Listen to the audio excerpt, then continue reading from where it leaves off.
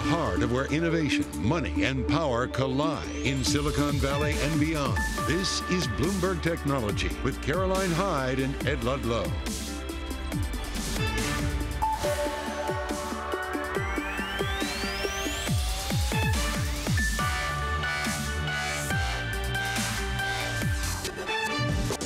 I'm Caroline Hyde, back at Bloomberg's world headquarters in New York.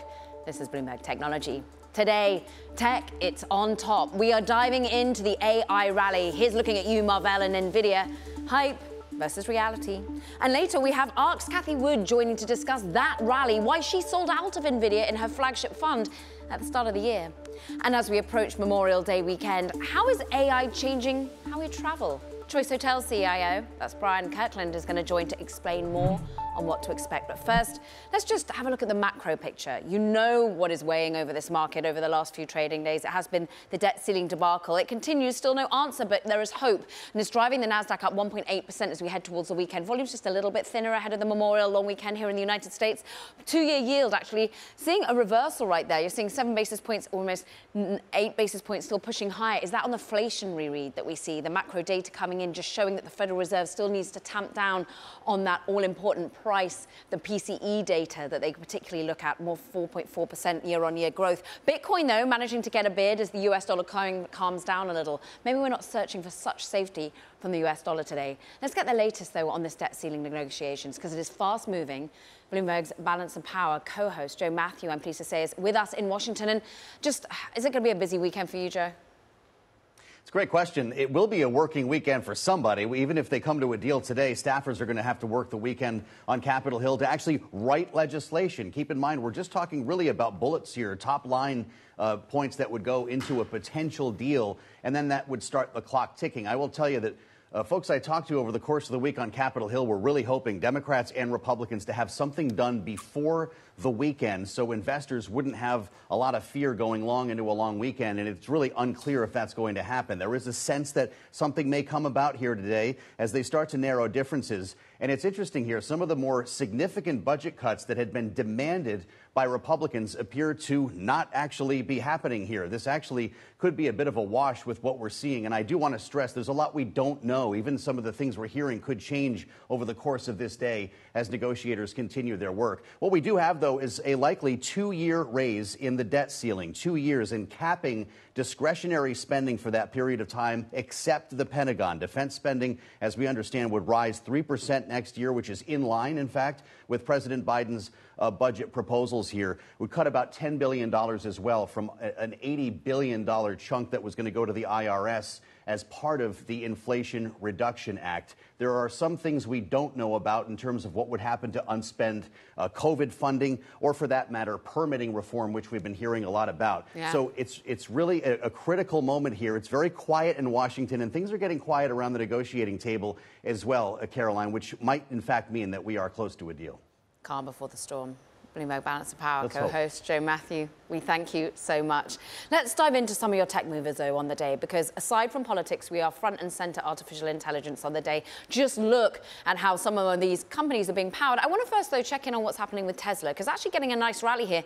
Interestingly, frenemies for the day, Ford plus Tesla, maybe sharing some of that charging infrastructure. They do this deal, they go on, guess where, Twitter Spaces to discuss it. Tesla currently riding high, up almost 6% on the day. NVIDIA, though, up 1.8% after that enormous rally the previous day post their earnings, really adding, what, 180 billion in one day to the market capitalization. We haven't really seen that. Only 3 times in history have we seen that sort of market cap add on one single day. And Marvell, playing some catch-up too. Look, this is a $50 billion overall market cap for this company, so nowhere near the near trillion that NVIDIA is coming upon. But Marvell Technology also showing that artificial intelligence is the way for chip makers at the moment. 27% rally as their numbers show that artificial intelligence is going to be driving their future revenue growth. Let's dig into that AI rally. Let's do it with Bloomberg Intelligence's Mandeep Singh. Mandeep, $200 million is there or thereabouts they get from AI-powered silicon, and it's going to grow, if not double, they think. What, 400 million in the fiscal 2024? Yeah, and they're talking about 800 million now. So that is what I think got the market excited. But look, I think one thing is clear is inventory bottoming is playing out for all or most of the chip makers. I wouldn't say that for memory yet, but for the fabless chip makers, we saw that with NVIDIA. They raised their guidance by almost 40%. So we didn't see that kind of a guidance raise, but I think the bottoming part is almost certain, given what we are hearing from everybody. Just remind us where Marvell has leaned in. What are they in particular offering in terms of networking, in terms of the ability to service what basically is a huge compute need by nearly everyone right now? Yeah, and the big change right now is things are moving from CPUs towards these custom accelerators, and that's what you need for running large language models and doing generative AI. And that's where Marvell, even though it's a niche player when it comes to networking and storage, but that's how you design those custom chips for working as accelerators, and you can't do that with CPUs.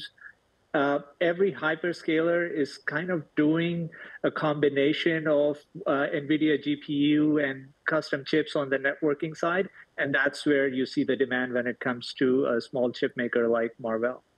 Well, we can see the public market impact on the day. Bloomberg Intelligence's Mandeep Singh, thank you so much for breaking it down. And let's just think about how this affects publicly traded companies, how it affects, of course, those that are raising capital in the private markets as well. We're going to get the VC angle with Sarah Kunst, who's Clio Capital Managing Director and Founder.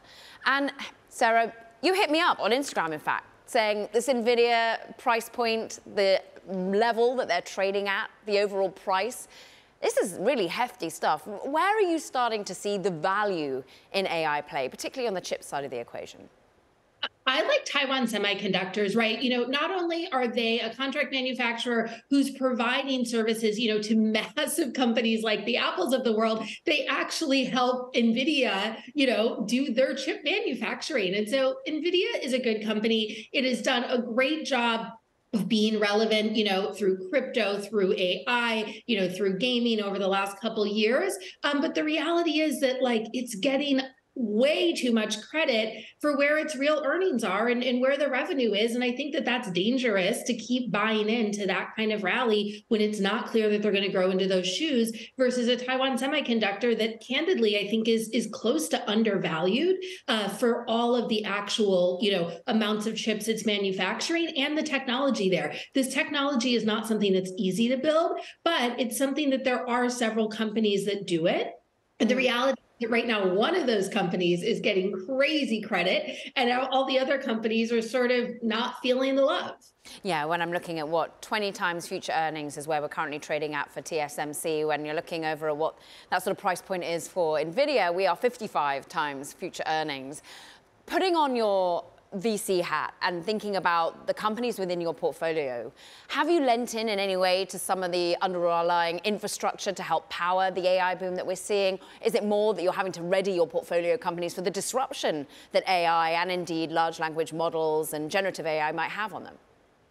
It's a little bit of both. I'm an investor in Grok, which is a TPU company, spun out of Google, and it's definitely an interesting company in this space in the private sector, working on these chips. It started for autonomous vehicles, but a lot of that, same technology and compute power needed is incredibly relevant for AI and some of the LLM AI that we're seeing. And then the reality is that there's a lot of great software companies being built around this as well. I'm an investor in Forethought, which is a customer service AI company that's been doing incredibly well for a few years. I'm an investor in Cobalt Metals, which is a rare earth mineral mining company that actually uses AI to figure out, where can we get more lithium? Where can we get more of these rare earth materials that we need to make our batteries for everything from, our Teslas to our iPhones? Because right now, it's just incredibly hard and expensive to source that material. So, if software was eating the world 15 years ago, I think it's reasonable to say now that AI is.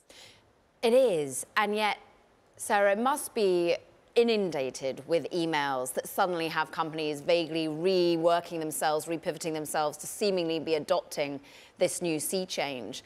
How easy is it and understandable is it to ensure that you're getting the right founder and indeed the right business model built upon it?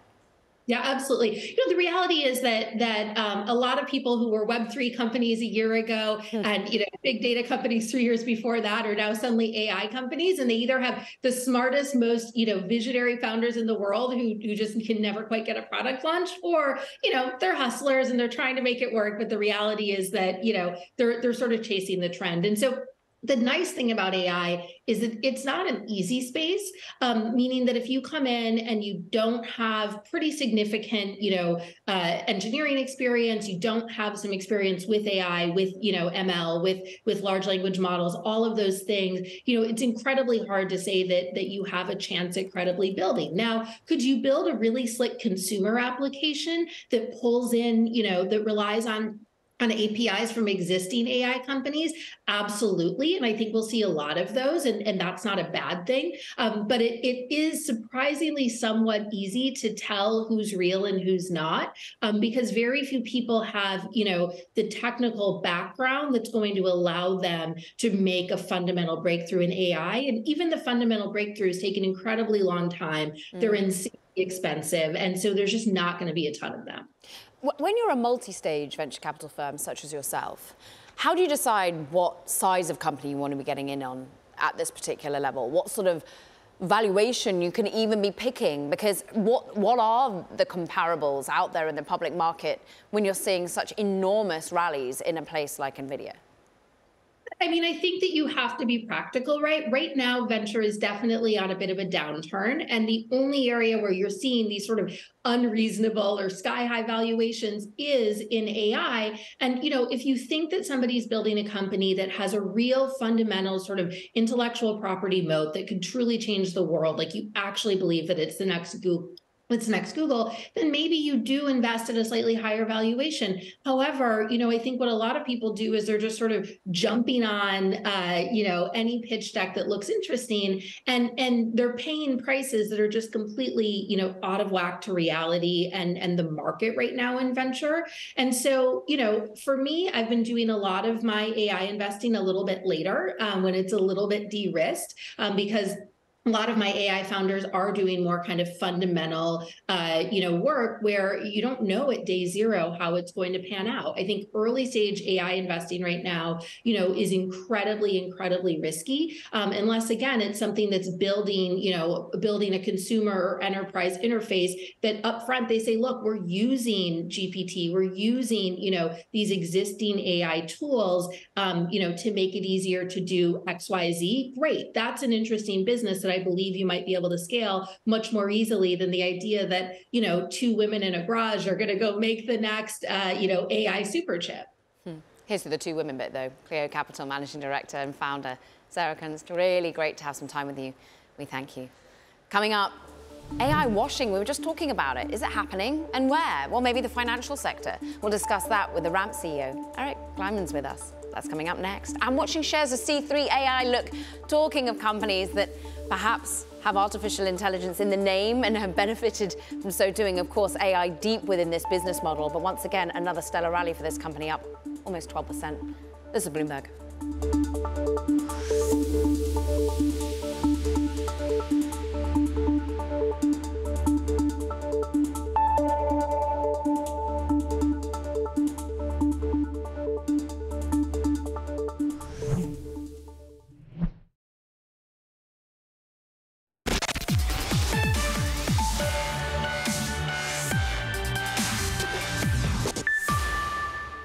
Builder AI. It's an AI-powered software platform. It's raised more than $250 million in its Series D fundraising, led by QIA, the Qatar Fund. I sat down with the co-founder, Sachin Dev Dugal, at the Qatar Economic Forum, where he discussed the importance of digital innovation and, in fact, the investment he received from that sovereign player and how it marries with VC. Just take a listen. Our total round was $250 million. The region for us is really important, not only the GCC, but also because we think between the markets here, there's so much digital innovation that's going on, so many small businesses that are now building software. But I think the second thing is, especially with the QIA, they're a very patient investor and long-term capital. And when you're trying to build something generational, you're going to make mistakes. and you're going to learn from those mistakes, and you want someone that's not running necessarily a 7-year cycle, but they're really thinking about the world at large. You, of course, kept on some previous investors, Insight, for example. Yes. What's interesting, do VCs, do you think, have to be worried about basically startups now going direct to sovereign wealth funds? Is that becoming an obvious form of capital now, not needing to see these sort of, middle people who are venture capital? Look, I think it's different, right? I don't see the big sovereigns writing $1 million checks, $10 million checks. I definitely think Series C and D are the early end of it, but you could easily cross over into sovereigns, just like you could cross into crossover funds at that point. It really depends on what you're building. Yeah. If you're building to be acquired, you're probably well suited towards a more venture-style investment. If you're building where it's sort of a bit more generational, it's a bigger platform, you want to have the right mix. It's always a balance, right? So we want to have an Insight, we want to have an Iconic, but we also want to have a QIA. And what it does is it gives us the right pools, but also the right connectivity. That's so interesting that you say what you're looking to build, because perhaps people might have gotten the wrong end of the stick a few weeks ago when they saw that you took money from Microsoft and you're building within their platform, offering your services on Microsoft. Why did you do that? If you're looking, I'm trying to insinuate and read between the lines that you're building to be a big public company, individual, and scale great heights. Look, and it might sound brazen. We're looking to build $1 trillion business. We're not looking to sell for a few billion. It's not our MO. Because it's never about the money, as much as money is important. And so when you're looking to build that big, and you're looking to be that grassroots in how stuff is used. Office is used everywhere. Windows is used everywhere. There's a lot of patterns you learn from someone that's already solved the problem. I think the second is always, again, it's balance. And so we have 2 corporates that have had work with us. One we haven't disclosed yet for obvious reasons. But with Microsoft, the key was alignment around mission. They wanted to digitally transform the world. Alignment around values. We just get along. So important. And it's a balance also with our cap table. Yeah. Because it's not an investment because that's an exit. It's an investment because there is joint value that can be created when you bring those 2 platforms together. Sachin Dev Dugal, co-founder of Builder AI, that helps anyone be able to build websites, apps, you name it. Now, let's take a look at some of the impact of artificial intelligence on the financial sector in particular. What differentiates companies kind of slapping on chatbots to existing tech, to marketing, and saying, look, this is us, this is AI. Maybe we're starting to call it AI washing. And, well, those actually are on the differentiated side. Who's actually building the artificial in products that people really need? Let's bring in Ramp CEO. Here's Eric Gleiman for more on this, because you've been coining and using this frame, AI washing. Everyone doing it? Like, who is out there at the moment sort of naming that they've got some large language model or indeed got some chatbot that's going to solve all your issues? I think far more companies are marketing the use of AI, how they have a chatbot that's going to revolutionize their industry, than are truly trying to solve problems. For me, I've never met a customer who said, I just wish I could chat with my bank account. I would ask it questions and learn things. Instead, they tend to ask things like, I'd like to pay less for the service I'm paying for. I'd like to automate my accounting, close my books quicker. Those are the kind of things. So I think often, if you see companies claiming AI, but you can't find real customers behind it, they're not talking about how they're integrating AI truly into the workflow of their software. It's probably AI washing. Okay, so how do you ensure that what you're trying to market, what you're trying to say, doesn't come across as washing? It really starts first with starting with the customer, trying to understand their pain points. For us, our mission is to help companies spend less money and time. We help the average customer cut their expense by 3.5% per year. And so one of the first things we did is within the user interface, start to show companies where, upon renewal, customers may be getting quoted higher rates than the rest of the market. So if you're paying for a software vendor and another customer is getting 20% less, integrating it into the interface. It's not creating new, novel interfaces people aren't already using, like chat interfaces, but including it in where people do things. Next, having it fade away. We automate expense reports by pulling receipts when available from whether it's email, text messages, so you don't need to add an additional step. I think a lot of great AI is invisible. So it's sort of running in the background, being far more efficient. You don't suddenly realize how much more productive it's actually made you. From the perspective of which companies are coming to you asking for these sorts of issues, like, have you had calls saying, look, I just need to understand what your artificial intelligence offering is, or is it more that they are calling from wherever they are geographically saying, I need to cut expenses in this current economic environment? It's a great question, certainly the latter. You know, we're supporting over 15,000 businesses, whether it's publicly traded companies like Eventbrite, to Sierra Nevada Brewing Company, you know, to local businesses, and often what they're trying to do is say, look, I'm spending a lot already, whether it's thousands to millions per year. I'd like to cut expenses down.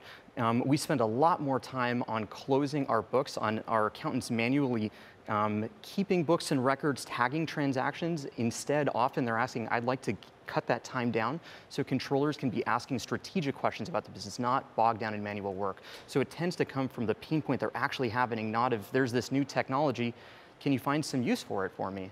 What about you, though, as an employer? I think of what IBM came out and said, look, ultimately our back office in particular can be shrunk by at least a third. How are you thinking about either the productivity of your labor or the fact that perhaps you don't have to beef up your own talent pool as much as you thought you did? You know, look, if you came to someone and said, we're going to make someone on your sales team able to sell 50% more contracts, you'd say, I want more of that. I'd like to hire more salespeople just like that. And we think that's exactly the case. When you have members of your finance team, for example, that have a lot more time in the day, and they're able not to be tagging receipts, you know, checking on what prices are, but instead getting better deals, closing your books faster, and fundamentally focusing on the strategic areas where you can be investing at higher return on investment. I want more folks like that. I think that's true in sales. I think it's true in finance. I think it's true in any part of an organization. And so I believe people will be more productive over time. And rather than working on low-value tasks, making businesses better, more profitable businesses. There's the optimism. Ramp CEO, we thank you, Eric Lyman. Meanwhile, still ahead, look, a unique pact between Tesla and Ford. It's aimed at accelerating EV adoption. We're going to tell you more about it next. Time for Talking Tech. This is Bloomberg.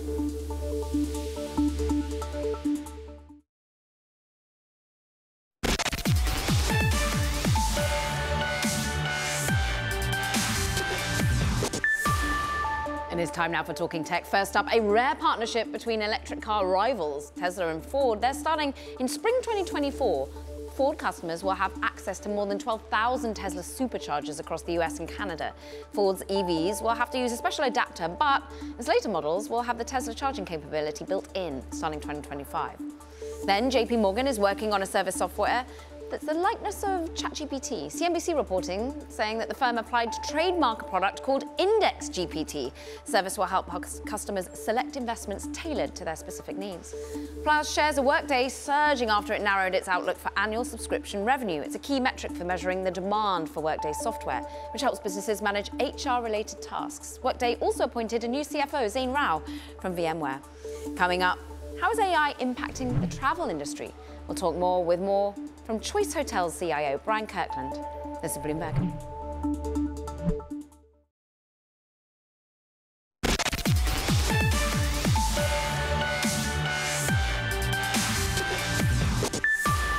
Welcome back to Bloomberg Technology. I'm Caroline Hyde in New York. Now, let's talk about travel, because just think about the way in which you get through an airport. Well, its fees, are they still worth it now that the TSA lines are kind of getting faster themselves? That's what many customers are wondering. Lately, Clear's lines have been backing up themselves, with some annoyed travelers citing a lack of staff, some fickle computers, and at times clumsy process of escorting people to TSA checkpoints, which could all be, of course, potentially due to Clear's own success and its explosive growth.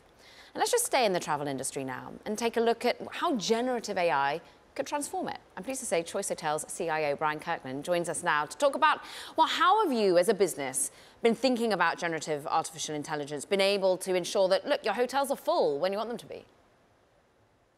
You know, at the end of the day, Choice is a company, we've been using AI for a long time. Generative AI has the buzz right now. It's the thing that everybody's talking about.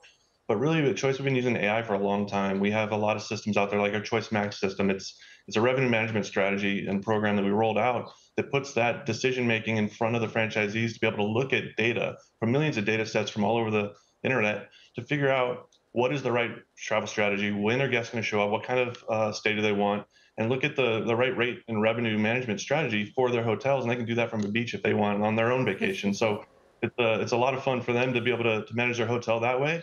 And we've been using AI for a long time to try to deal with just exactly what you're talking about. I hope you're not advocating people should be working while on the vacation, Brian, but talk to us a little bit about, okay, I understand that perhaps this weekend's going to be a big one. I'm suddenly going to have basically 90% of my hotel full. Is it more about ensuring you have the right staffing? What is it that they take from these data points? It's everything, right? It goes all the way from the developers at the very beginning of the cycle to figure out what is the right hotel and where is the right hotel. The franchisees managing and optimizing their staffing, looking at just the inventory they're buying, looking at the way they maximize their efficiency in the hotel, and then the consumers putting in front of them where they want to go and what matches them for our choice privileges customers to be able to look at their historical trends and figure out, okay, what's going to make you happiest in your journey, in your trip, and then make sure that the hotels are ready to be at full bore when you show up. You claim to be the first hotel company to create your own cloud-based reservation system on AWS. Ultimately, how is that, how have you thought as CIO to be ahead of the curve in that way? How heavy a lift was it? Actually, our journey with the cloud and the journey with transformative technology started years and years ago. We were the first company to put a property management system in the cloud back in 2005. And with Choice Edge, when we rolled that out, it was the first of its kind. We were the first company to commit to going all in with AWS.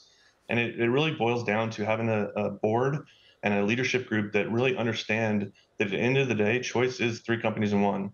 We're a hospitality company, we're a technology company, and we're a franchising company. And that technology arm really does get the investment. We put the effort and energy into building Choice Max in the middle of the pandemic.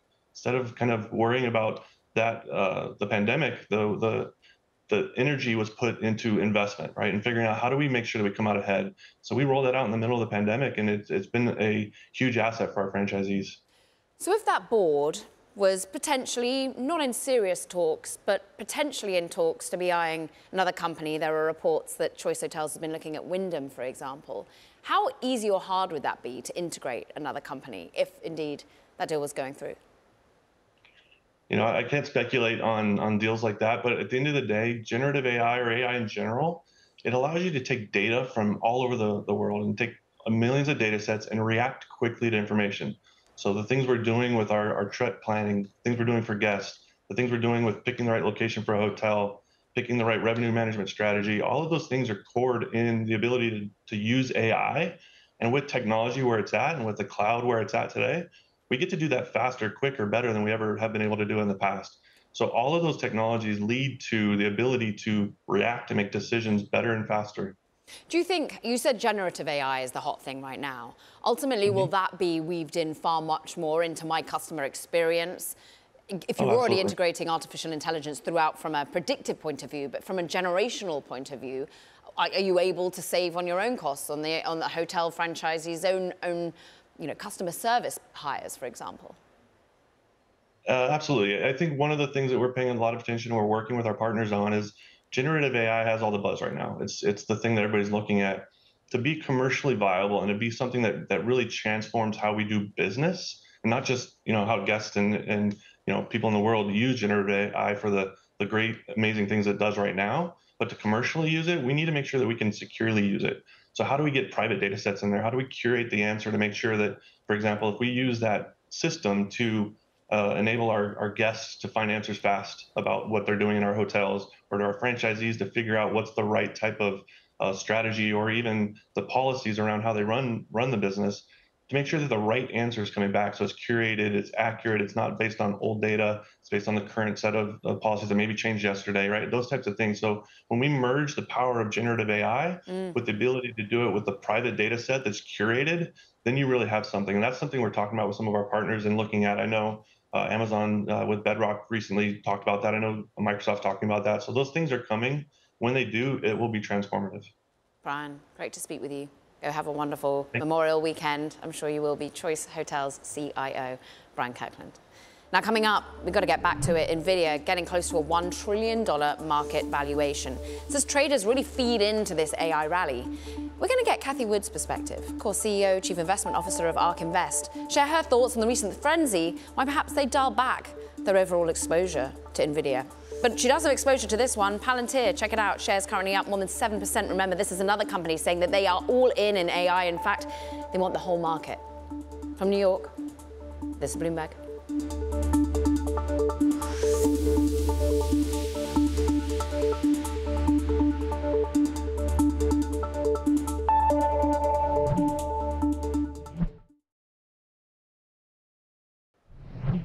I want to welcome Bloomberg Television and radio listeners to Bloomberg Technology. Of course, the biggest tech story of the day surrounding artificial intelligence, you know it. And of course, the recent rally in the chipmaker NVIDIA.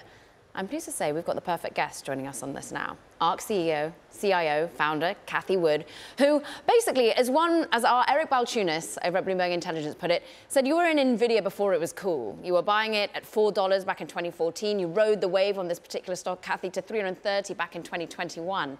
But the recent rally, you've missed because the flagship ARC Innovation ETF, you sold out of your main stake back in January. Why? Yes. So if you, we're very positive on NVIDIA. We have been very positive on NVIDIA. We bought it down when it hit nearly $100 in the fourth quarter last year. And then it tripled as some of our other AI-oriented stocks stood still. So, we're looking at, believe it or not, many people do not believe this about us. We're looking at relative valuations of names in the AI space. And we were looking at NVIDIA at 25 times sales, which is where it is. And Tesla, which is probably the biggest AI story out there, is at 6 times earnings. UiPath yesterday, not earnings, 6 times sales. UiPath yesterday reported it is a beautiful AI play. It too is at 6 times sales. And as far as NVIDIA goes, there are a few reasons we take some pause. It still meets our minimum hurdle rate of return, so 15% at a compound annual rate over 5 years. And so you'll see it in some of our more specialized portfolios. Yeah. We're looking for the better values. But the risks to NVIDIA would include cyclical. When I hear shortages about GPUs or anything, I begin to think about the cyclicality of a group.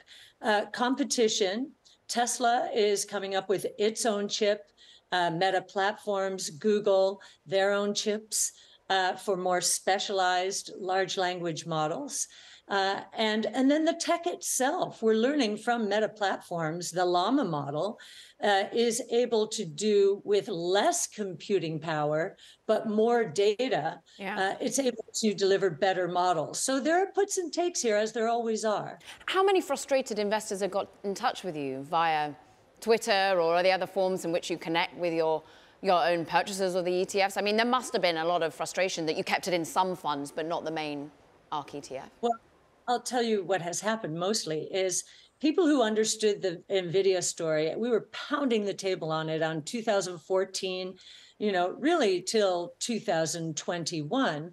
And many people actually put it into their portfolios, their own portfolios, and they may have held it. We have not gotten much pushback. And the reason is people know that we are on AI, but we're doing it in a little bit of a differentiated way. NVIDIA has become a check the box stock. That's why the valuation is where it is. But we are looking for those plays that have not only the vision from management team point of view and broad distribution, but also proprietary data and AI expertise. So we're just pivoting to another set of plays that most people have not discovered yet, much like they did not understand that NVIDIA was an AI play really until very recently. So Palantir you mentioned, or UiPath you mentioned, Tesla you mentioned.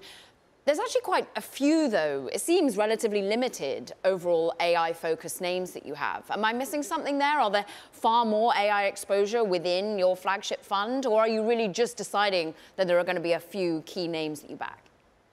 No, Twilio would be another name. Almost every company except for, well, actually, even including the multi-omics companies like Exact Sciences, are using their own proprietary data and their broad distribution networks to gather information and create better products and services. So I would say almost every company that we have in the portfolio is in some way, shape, or form, we ask the question, how are you harnessing this powerful tool called artificial intelligence?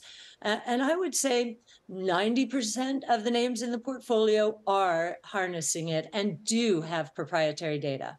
What caught my eye, and we've actually seen so much disruption already to the market capitalization of companies when they have found themselves disrupted by, for example, a ChatGPT. I think of Chegg, the education company, but you noted that Apple, for example, its apps platform could be disintermediated by ChatGPT platforms. Is that a key company that we need to worry about being disrupted? What other names do you think that come to mind that maybe the market has it wrong on how much they could be overwhelmed by this new competitor? Well, for Google, ChatGPT was either the worst thing that has ever happened to it or maybe the best thing. We tend to think it's going to be disintermediated, though, by ChatGPT and other chatbots. So we're not going to need the kind of search and therefore advertising that drives Google's model. So we do worry about that one. And as you said, Apple, there are many people who think that even Amazon is going to be disrupted not only by social commerce, so people just shopping through Instagram and other social media sites, Pinterest, but it also could be disintermediated as if consumers use ChatGPT and other AI tools to say, I want exactly this kind of item at the cheapest price anywhere in the world. And it would go directly to that source. So, any platform that has served as, an intermediary is at risk, we would say. You've name-checked a couple of Meta's things now, Instagram, and you mentioned Llama. Is Meta something that you're doubling down on from an AI perspective? So Meta is interesting to us. We do like what it is doing. We love its sophistication and the fact that Mark Zuckerberg is now prioritizing artificial intelligence as opposed to the metaverse, which was really what he was focused on last year. So yes, we're interested in Meta's play here. We don't have it in the flagship portfolio. We do have it in other portfolios. We're speaking with Cathie Wood, CEO, Chief Investment Officer of ARK Invest. Just to go back to where we started in NVIDIA, is there any entry point that gets you back in? You've actually been selling out from some of the other funds a little bit, perhaps with the profit that you've recently taken in the run-up in the last couple of days. Anything that, despite its heady valuation, make you go, okay, it's not going to be disrupted in the way that we were worrying. We're not going to see the supply chain wreak havoc?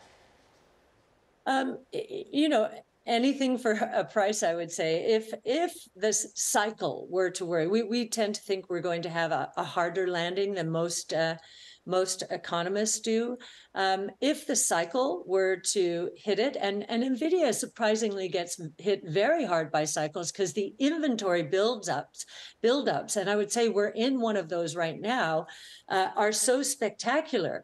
If we have a combination of a correction and the recognition by the marketplace, perhaps, that some of these models don't have to be as large and don't need as much computing power as more companies use more specialized models.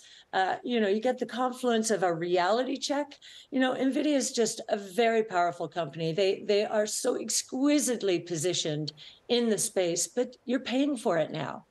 But having bought it at $4, how did it make you feel in your stomach when you saw 180 billion added in one day, like it did yesterday? Well, the frustration yesterday was another one of our AI plays, UiPath, reported a quarter and revealed some products, AI products, and really opened the kimono a little bit more in terms of what it is doing on the AI front. And it's going to be one of the most interesting plays out there, I think. It was down 10% after beating numbers because it talked about the economy being somewhat variable, I think is the word it is using. It was focused on the macros, and that's what analysts focused on. Now it's having a good day. It's up about 10% today, I think. Yeah, up 9% on the day. So you didn't feel any frustration about NVIDIA. You were more focused on UiPath. Of course.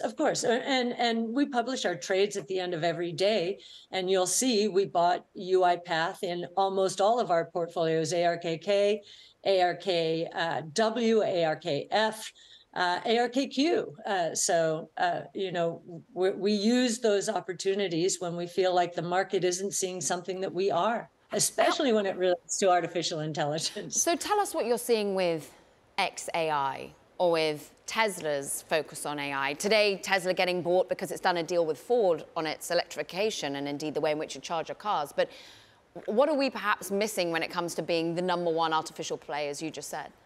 Yes, the autonomous taxi network that we believe Tesla is building.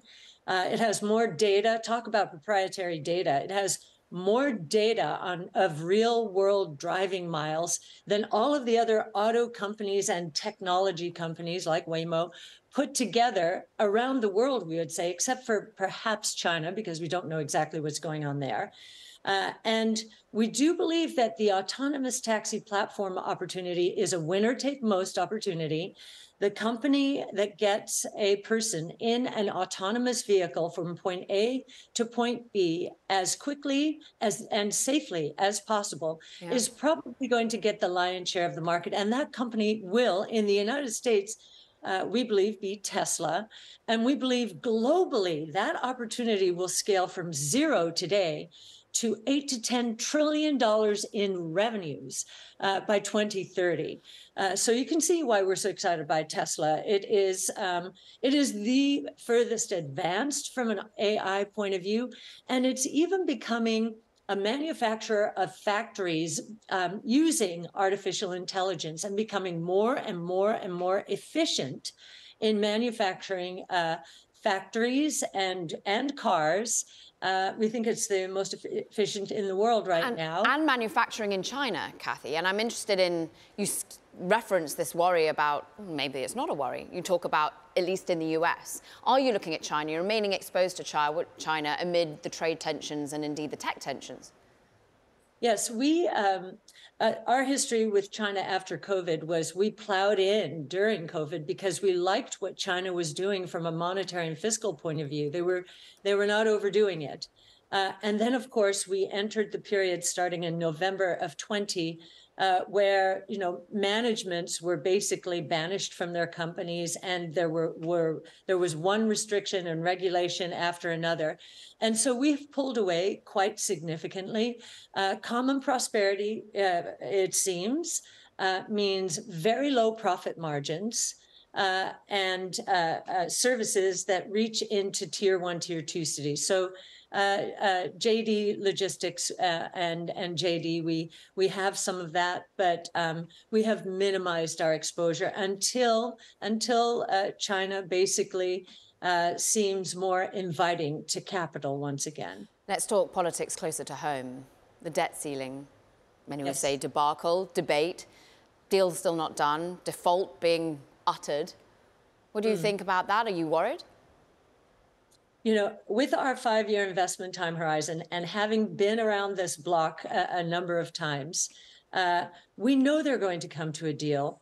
They are not going to deprive government employees of their paychecks, Social Security, so retirees of their paychecks. It'd be politically disastrous as we're heading into this election year, and already the field has heated up so significantly. So they're going to get through this. It's a very short-term phenomenon. It might be a short-term fix. And hopefully they do get serious about this at some point in time, but we don't think now is the time. We're speaking with Kathy Wood, CEO and CIO of ARK Invest. You, of course, have been really frustrated yourself with the Federal Reserve. You've said, in particular, inflation is something they shouldn't be looking at. You still think that there's deflation out there, but then when we get a CPE or PCE print like we did today, the personal consumption expenditure, 4.4%, is that still, to you, the wrong data to be looking at, or you think deflation is coming after this swiftly? Yes, I think when history books are written, we'll look back at this period and we'll see the sharp rise in inflation, which was caused by massive supply chain, really supply shocks from COVID and the war in Ukraine. And you will see, so sharp increase, and it feels like it's so slowly coming down. But when you start looking at these charts in history, this decline will look very like it was very rapid, and we will descend into deflationary territory. Don Luswin wrote a piece, it was an editorial in the Wall Street Journal, I believe, about this. And I think the Fed is going to be blamed for sending us into a deflationary period. Already we're getting negative signs for guidance. Home Depot, its same-store sales down 3 to 5% for the year now they're expecting. We got GDI, which is the other side, so global, gross domestic income, which is the other side of gross domestic product. And they need to equal, but they're at a record gap right now. It's been negative, so in recession territory for the last 2 quarters. And I think many companies are going to feel a hard landing, and it's going to come both from units and prices. I think more and more companies are reporting this on their earnings report. These economic statistics that take all the oxygen out of the room are hugely lagging, and they're not even getting it right. If you look at the digital world, gross domestic product that statistic was devised in the industrial age. We're in the digital age right now. Yeah. So we pay more attention to gross domestic income, which tends to be more accurate as we're seeing these inconsistencies. Thank you for talking digital, talking the world economy with us on the day ahead of the long weekend. We wish you a good one. Cathie Wood, CEO, CIO of ARK Invest. Thanks for joining. Meanwhile, that does it for this edition of Bloomberg Technology. Go have yourself a wonderful long Memorial weekend, folks. From New York, this is Bloomberg.